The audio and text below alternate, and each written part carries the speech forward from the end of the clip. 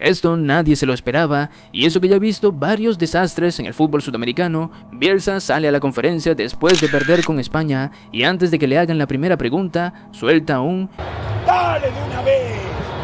Que te deja pensando ¿y a este qué le pasa? Pero no fue solo el tono, porque segundos después admite en cámara que él mismo no supo sacarle el jugo a un plantel que tenía con qué. Uruguay, con apenas 3,5 millones de habitantes, la selección que durante 15 años nos hizo creer que podía pelearle a cualquiera del mundo con Suárez, Cavani y Godín rompiéndose el alma en cada mundial, eliminada en fase de grupos. Otra vez, la segunda seguida. Y ahí es donde algo no cierra. ¿En serio el problema fueron los jugadores? ¿O el que no entendió nada fue el propio Bielsa? Porque lo que se filtró después del vestuario es mucho más grave de lo que cualquier portada contó al principio. Y en este video te lo voy a contar con nombre y apellido.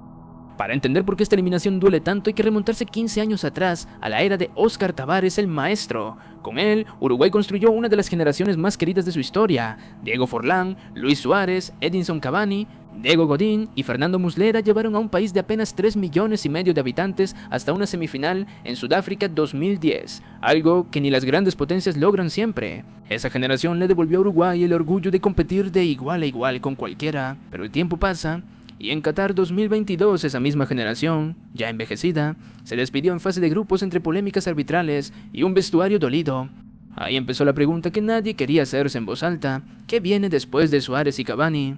La respuesta llegó en 2023 con Marcelo Bielsa al mando, prometiendo renovar el equipo con una nueva generación. Federico Valverde como líder, Darwin Núñez, Manuel Ugarte, Ronald Araujo, Facundo Pelistri y Agustín Canovio, con Muslera como el único sobreviviente directo de aquella época dorada, todavía atajando a los 39 años. Para el Mundial 2026, Suárez ya se había retirado de la selección y Naitán Nández decidió no participar por motivos personales. Uruguay llegaba como un equipo mixto, mitad relevo, mitad final de ciclo, y con Bielsa cargando la enorme responsabilidad de demostrar que el cambio de generación no significaba un paso atrás. El debut ya fue una alarma que nadie quiso escuchar. Ante un rival que en el papel no debía complicarle la vida, Uruguay sufrió hasta el último minuto y salvó un empate agónico con un gol que llegó casi de milagro. Alivio momentáneo en la tribuna, pero quedó una pregunta flotando en el ambiente. Si contra ese rival costó tanto, ¿qué iba a pasar contra los buenos de verdad? La respuesta llegó 3 días después, y fue peor. Un partido de ida y vuelta donde Uruguay se puso arriba en el marcador más de una vez y no supo sostenerlo. Errores defensivos que en un mundial se pagan carísimo, y otro empate que dejó algo todavía más claro. El equipo generaba fútbol, llegaba al arco, pero se desarmaba solo justo cuando tenía que apretar los dientes y cerrar el partido. Con 2 empates encima, todo quedó reducido a una final anticipada, ganar o quedar afuera, sin vueltas, y ahí cayó el golpe más duro de toda la fase de grupos. Un error individual en el arco, en una jugada que parecía controlada y sin peligro, terminó siendo el único gol del partido. Para cerrar la noche, una expulsión innecesaria sobre el final terminó de mostrar a un equipo sin cabeza en el momento exacto en que más la necesitaba. Resultado final, 2 puntos de 9 posibles, tercero del grupo, eliminados. La peor fase de grupos de Uruguay desde el Mundial de 2002, hace más de 20 años. Y con 48 selecciones en el torneo, donde hasta los mejores terceros avanzan, ni esa puerta trasera les alcanzó para salvarse. Después del pitazo final, las imágenes lo dijeron todo: silencio absoluto en las calles de Montevideo, jugadores con la mirada perdida caminando al vestuario, y la sensación instalada de que algo, en algún punto del camino, se había roto de verdad.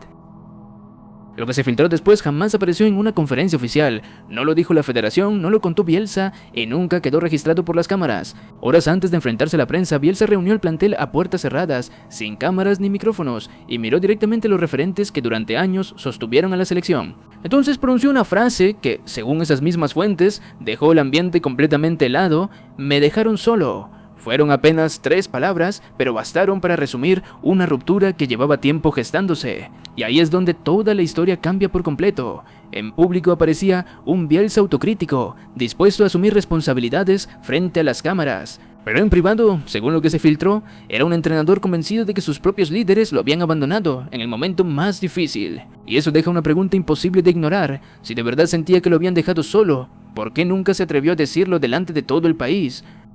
Analizando todo con la cabeza fría, cuesta creer que la culpa recaiga completamente sobre los jugadores o únicamente sobre Bielsa. Después de casi 3 años al frente de la selección, un entrenador con la reputación de transformar equipos y construir proyectos, tenía tiempo suficiente para moldear un plantel a su idea de juego. Sí, después de todo ese proceso, el funcionamiento colectivo seguía dependiendo tanto del nivel individual de unos pocos futbolistas. Hay una parte de la responsabilidad que inevitablemente recae sobre el cuerpo técnico.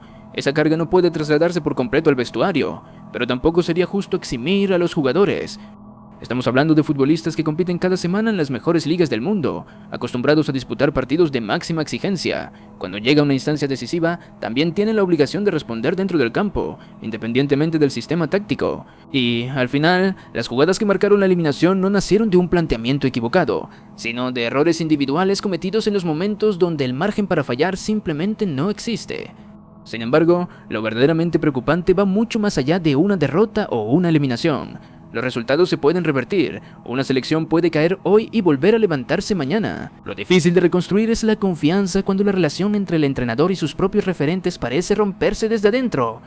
Si realmente existió esa sensación de abandono y esos reproches terminaron saliendo del vestuario, la herida es mucho más profunda que cualquier resultado deportivo, porque los partidos se olvidan con el tiempo, pero una fractura interna puede perseguir a una selección durante años. Y esa, más que la eliminación en sí, es la verdadera incógnita que Uruguay deberá resolver antes de pensar en su próximo gran desafío. Al final, Uruguay se despide de este mundial dejando muchas más preguntas que respuestas. ¿Estamos viendo el final definitivo de una era histórica o simplemente el fracaso de un proceso que prometía devolver a la selección a la élite, pero se derrumbó en el momento más importante? Lo único que parece indiscutible es que la generación que llevó a Uruguay a competir contra cualquiera ya pertenece al pasado.